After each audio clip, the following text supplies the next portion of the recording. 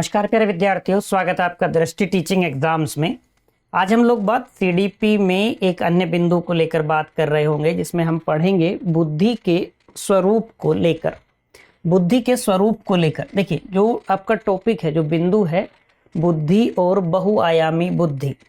एक हमने पहले इसको लेकर बात की है, जिसमें हमने बुद्धि के अर्थ को लेकर समझा था, इंटेलिजेंस के अर्थ को लेकर हमने बात की थी। यदि हम उस पूर्व ज्ञान का प्रयोग करें जो हमने पहले सीखा है, उसके अर्थ से कुछ बातें समझने का प्रयास करें, फिर हम बुद्धि के स्वरूप को समझते हैं। एक बात तो हमको ये समझ में आई कि बुद्धि व्यक्ति की जन्मजात शक्ति है। बुद्धि क्या है? व्यक्ति की जन्मजात शक्ति है। भाई, बुद्धि के द्वारा ही कोई व्यक्ति चीजों को सोचने में, किसी बिंदु के बारे में विचार करने में सक्षम हो पाता है। हम सीख पाते हैं, बुद्धि की वजह से सीख पाते हैं। किसी बात को लेकर हम निर्णय ले पाते हैं तो बुद्धि की वजह से निर्णय ले पाते हैं। फिर हमने बात की थी वातावरण के साथ समायोजन को लेकर, यानी कि बुद्धि क्या क्षमता प्रदान करती है? वातावरण के साथ में समायोजन।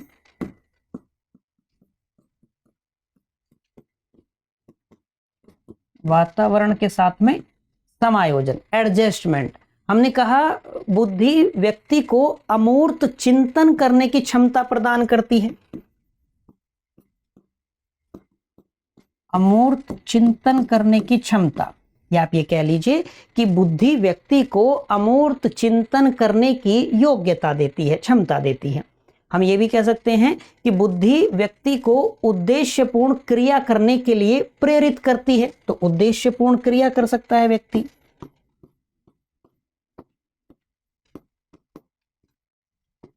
उद्देश्यपूर्ण क्रिया बुद्धि के माध्यम से। हम ये भी कह सकते हैं कि बुद्धि क्या है? बुद्धि एक से अधिक मानसिक गुणों का समूह है।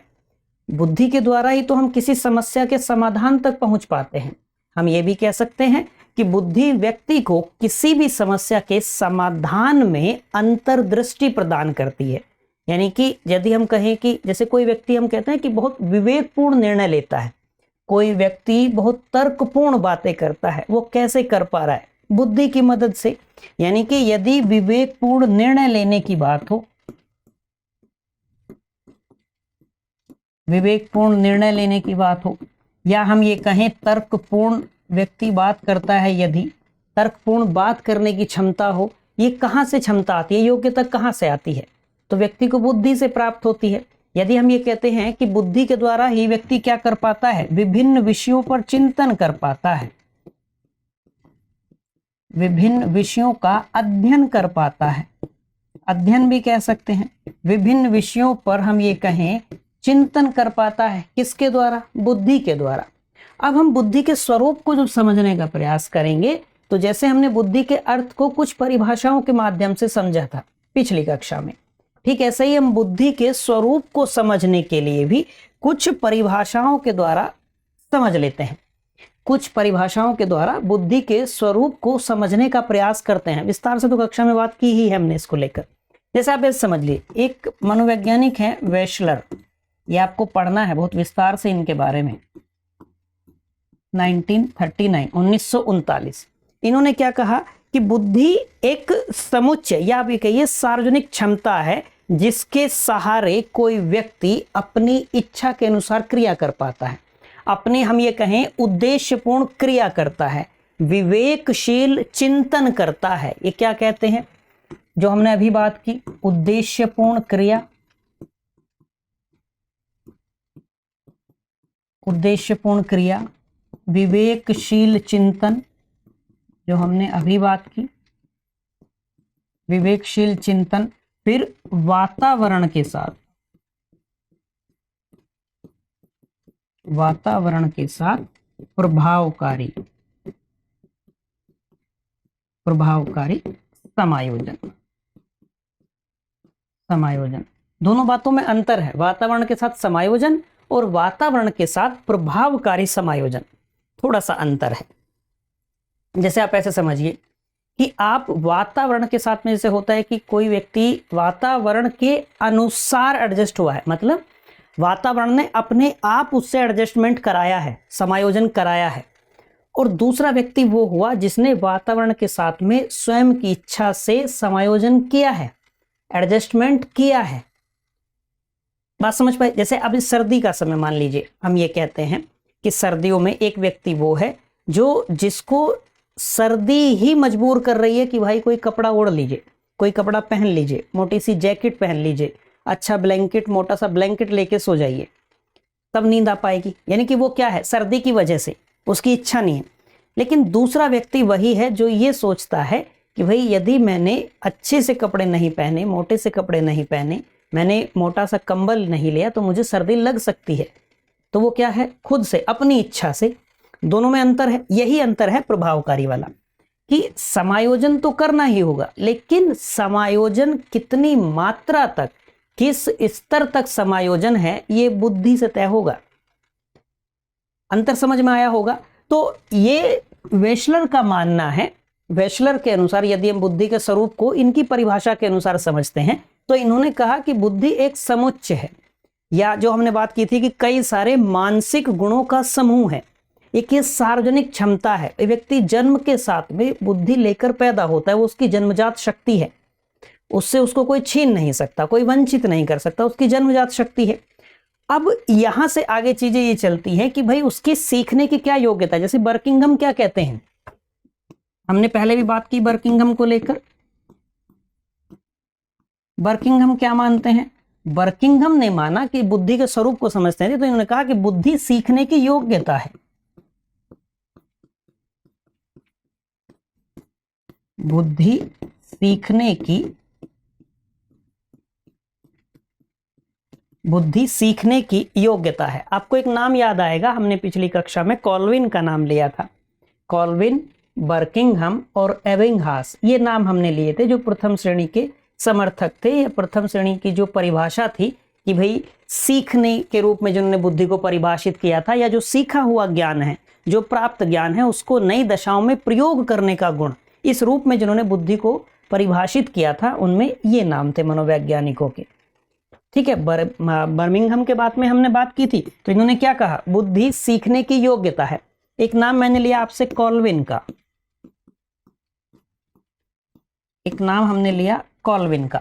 कॉल्विन ने क्या कहा? कॉल्विन ने कहा कि यदि व्यक्ति ने अपने वातावरण के साथ में सामंजस्य करना सीख लिया है, या वातावरण के साथ में सामंजस्य करना कोई व्यक्ति सीखता है, इसका अर्थ ही यह है उसमें बुद्धि है, अर्थात उसमें बुद्धि है। किसने माना? कॉल्विन ने माना। तो कॉल्विन के अनुसार लिख लेंगे, यदि व्यक्ति ने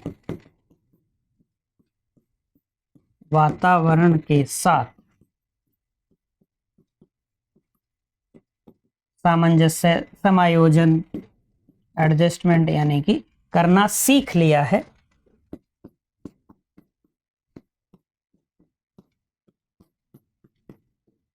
सीख लिया है या सीखता है, या सीखता है, तो उसमें बुद्धि है। तो उसमें बुद्धि है। किसके अनुसार? कॉल्विन के अनुसार। इसका हमने नाम लिया था अल्फ्रेड बिने। आप जब पुस्तक में पढ़ेंगे आपको बिने नाम लिखा मिलेगा, उनका पूरा नाम है अल्फ्रेड बिने। अल्फ्रेड बिने ने कहा था कि भाई ये अमूर्त चिंतन करने की क्षमता है, अमूर्त चिंतन करने की योग्यता है। अमूर्त चिंतन अर्थात ऐसा चिंतन जिसमें रूप, रंग और रेख, यदि तीनों की बात करें, आकार भी नहीं है, अर्थात जिसे केवल, जिसका चिंतन केवल मन से किया जा सकता है, जिसको केवल मन से समझा जा सकता है, वो अमूर्त चिंतन है। तो अल्फ्रेड बिने ने अमूर्त चिंतन माना था। अल्फ्रेड बिने ने कहा था कि यदि हम 4 शब्दों को समझ लें, उन्होंने बुद्धि के अर्थ को लेकर जब स्वरूप के अनुसार बात आई तो बिने ने कहा था, अल्फ्रेड बिने के अनुसार इन्होंने 4 शब्द कहे जिससे हम समझ सकते हैं। इन्होंने कहा बुद्धि 4 शब्दों में निहित है। कौन कौन से 4 शब्द हैं? बुद्धि 4 शब्दों में निहित है। एक इन्होंने कहा ज्ञान, दूसरा इन्होंने कहा आविष्कार, अल्फ्रेड बिने ने आविष्कार, तीसरा अल्फ्रेड बिने ने कहा निर्देशन, निर्देशन, और चौथा इन्होंने कहा आलोचना, आलोचना। बात समझ पाए? तो अल्फ्रेड बिने ने माना कि बुद्धि, 4 शब्दों में बुद्धि का अर्थ निहित है। कौन कौन से? ज्ञान, आविष्कार, निर्देशन और आलोचना। इन 4 शब्दों में ही बुद्धि का अर्थ निहित है। तो अब यदि हम इन सभी परिभाषाओं से जानें, ये सारी परिभाषाएं बहुत महत्वपूर्ण हैं, आपको बहुत विस्तार से इनके बारे में समझना है, बहुत विस्तार से आपको इनके बारे में पढ़ना है। यहाँ से प्रश्न आता है आपकी परीक्षा में।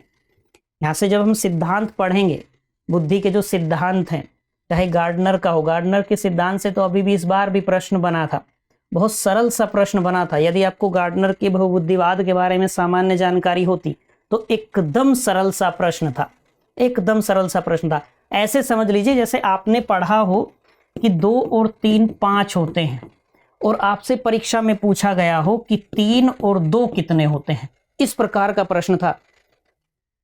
बात समझ पाए? इतना सरल प्रश्न था इस बार भी जो गार्डनर से पूछा गया था आपकी परीक्षा में, जो अभी हुई थी ये परीक्षा, इसमें। बात समझ पाए? तो इन्होंने 4 शब्द कहे, अल्फ्रेड बिने ने, उन 4 शब्दों में बुद्धि का अर्थ निहित है।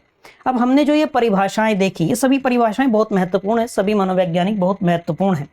तो ये सभी परिभाषाएं यदि आप समझें तो ये बुद्धि के स्वरूप पर ही प्रकाश डालती हैं, हमें बुद्धि के स्वरूप को समझने में सहायता प्रदान करती है। इनसे काफी हेल्प होती है कि हम बुद्धि का स्वरूप समझ पाते हैं। हमने बुद्धि के बारे में सामान्य जानकारी ली, बुद्धि का अर्थ क्या होता है समझा, मनोवैज्ञानिकों की जो श्रेणियां थी परिभाषाओं को लेकर वो हमने पहले बात कर ली थी। आज हमने कुछ बात की पहले ज्ञान का प्रयोग करते हुए, हमने यानी कि आप ये कह लीजिए एक तरीके से बुद्धि की कुछ विशेषताएं हमने डराइव कर ली।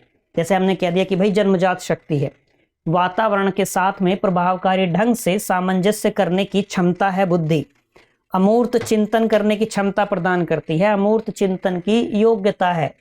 हम ये भी कह सकते हैं कि व्यक्ति जो अपने पुराने अनुभव से लाभ उठा पाता है, तो अपने पुराने अनुभव से लाभ उठाने की जो योग्यता है, जो क्षमता है, वो बुद्धि प्रदान करती है। हम ये भी कह सकते हैं यानी कि एक से अधिक मानसिक गुणों का समूह क्या है? बुद्धि है। हम किसी समस्या के समाधान तक पहुंचते हैं, कैसे पहुंच पाते हैं? क्योंकि हमारे पास बुद्धि है, हमारे पास, जब हम कहते हैं विवेक है, क्या है वो? बुद्धि ही तो है। हम किसी बात को लेकर तर्क कर पाते हैं, हम किसी बिंदु को लेकर उस बिंदु की, जो बिंदु कहने वाला है, लेखक है, लिखने वाला है, उसकी आलोचना कर पाते हैं। यदि हमारे पास तर्क है, हमारे पास वैध तर्क है, तो यानी कि हमारे पास बुद्धि है। वो क्षमता, हम जो आलोचना कर पा रहे हैं, आलोचना करने की क्षमता हमें कहाँ से मिली है? बुद्धि से मिली है। योग्यता हमें कहाँ से मिली? बुद्धि से मिली। तो जब हम ये कहेंगे कि बुद्धि की सहायता से ही कोई भी व्यक्ति हो वो विवेकपूर्ण, तर्कपूर्ण और संगत ढंग से विभिन्न विषयों पर चिंतन कर पाता है। हम जो विभिन्न विषयों का अध्ययन कर पाते हैं, किसकी सहायता से? बुद्धि की सहायता से। ये क्षमता हमको बुद्धि प्रदान करती है, योग्यता हमको बुद्धि प्रदान करती है। तो बुद्धि के स्वरूप को लेकर हमने परिभाषाओं के अनुसार कि बुद्धि के स्वरूप को यदि हम समझते हैं तो हमें कुछ परिभाषाओं को जान लेना आवश्यक होता है, जिसमें हमने वेशलर की बात की। सबसे पहले वेशलर की 1939 में दी गई परिभाषा है, जिसके अनुसार हमने बुद्धि के स्वरूप को समझने का प्रयास किया। हमने अल्फ्रेड बिने के अनुसार, जिन्होंने 4 शब्दों में बुद्धि का अर्थ निहित बताया, हम स्टर्न के अनुसार भी समझ सकते हैं। आपको इनके बारे में बहुत विस्तार से पढ़ना है, इनका सिद्धांत आपको पढ़ना है।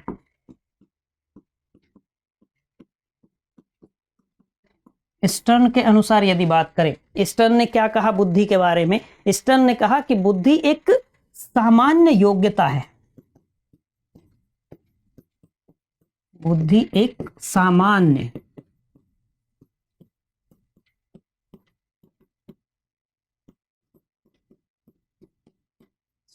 योग्यता है, जिसके सहारे व्यक्ति नई परिस्थितियों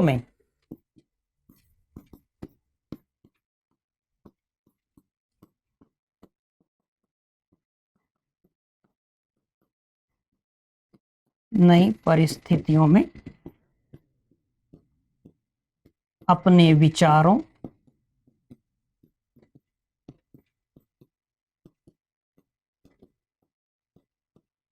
जानबूझकर समायोजित करता